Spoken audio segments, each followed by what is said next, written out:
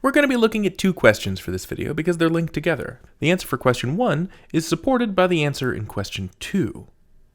But let's start from the top. The author of passage 1 indicates which of the following about the use of screen-based technologies. Okay, so this question stem tells us that we're dealing with an explicit info question. How do I know? It's the phrase, the passage or the author indicates. In other words, the passage actually says one of these four things in our choices and doesn't actually say the other three. Let's remember that passage 1 is about how surfing the internet changes our brains.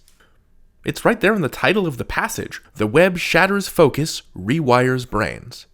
Okay, let's take a look at these choices. So, the author indicates which of the following about the use of screen-based technologies. A, it should be thoroughly studied. Does the author say it should be thoroughly studied? Not sure. Let's move on. Choice B, it makes the brain increasingly rigid. Do they say that explicitly?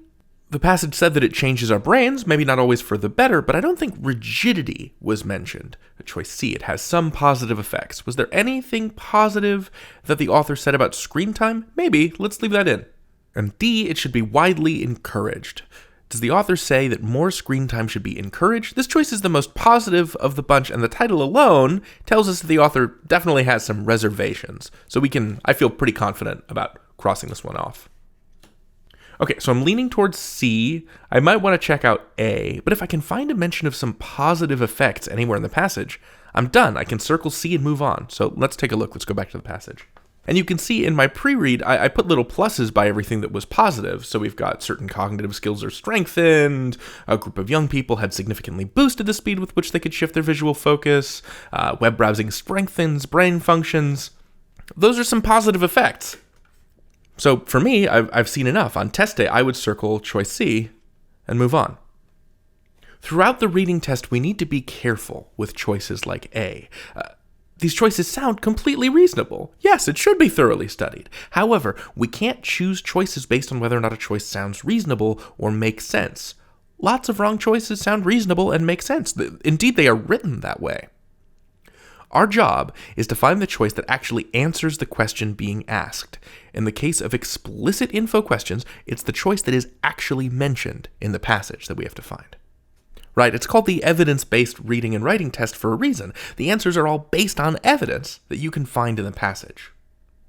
Okay, let's move on to the second question, which asks, which choice provides the best evidence for the answer to the previous question? So this is a citing textual evidence question. One of these choices is going to support the answer to the question you just answered. The other choices won't.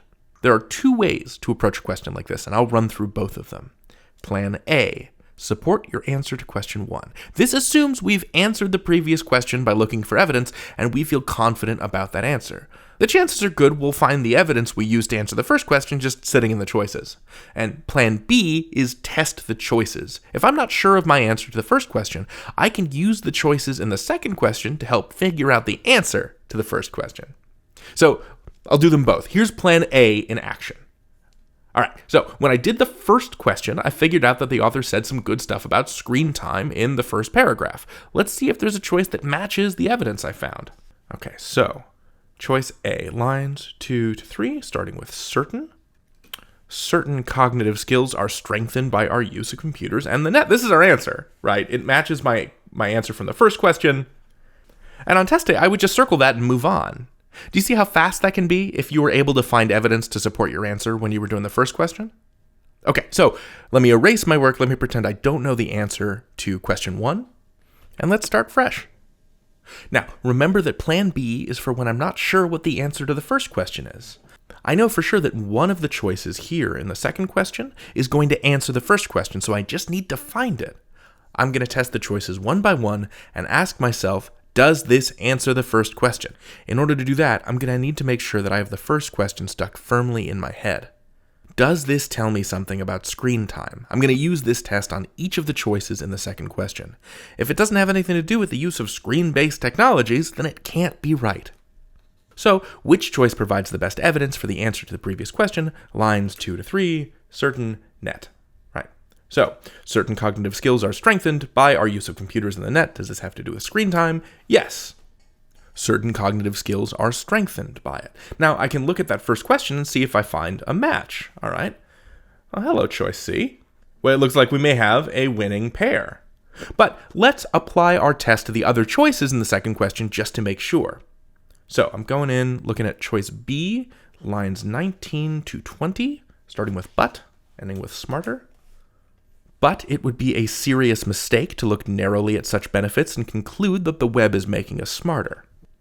Does this tell me anything about screen time? Yeah, it says it's maybe not all good, so let's scan the choices of the first question for a match. Thoroughly studied, increasingly rigid, some positive effects, widely encouraged.